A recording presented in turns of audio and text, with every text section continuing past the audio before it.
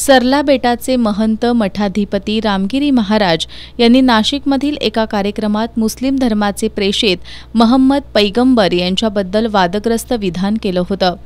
या प्रकरणी संपूर्ण राज्यभरात मुस्लिम समाजातून संतप्त प्रतिक्रिया उमटतायत।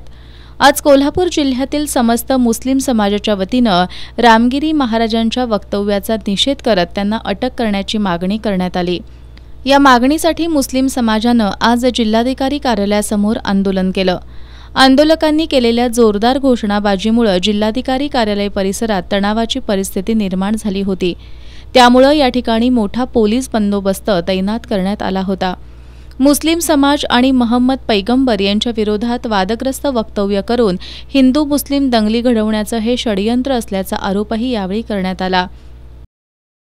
और आज जो हमने ठिया आंदोलन किया है ये हमारे पैगंबर जनाब मोहम्मदुर रसूलुल्लाह सल्लल्लाहु अलैहि वसल्लम की अज़मत पर, क्योंकि कुछ दिन पहले एक महंत रामगिरी ने उनके खिलाफ़ उनकी शान में गुस्ताखी की और ये बात मुसलमान बर्दाश्त नहीं कर सकता।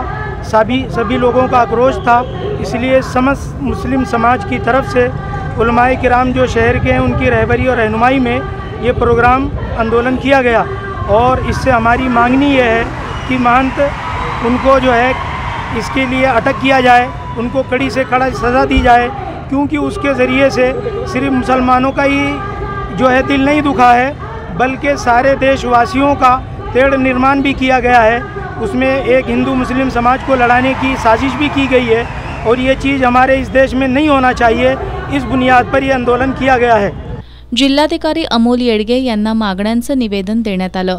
दरम्यान मुस्लिम समाजाच्या या आंदोलनामध्ये अखिल भारतीय मराठा महासंघाचे राष्ट्रीय उपाध्यक्ष वसंतराव मुळीक, माजी नगरसेविका भारती पोवार यांच्यासह जिजाऊ ब्रिगेड, वंचित बहुजन आघाडी, RPI, भाकप अशा विविध संघटना आणि राजकीय पक्षाचे पदाधिकारी सहभागी झाले होते।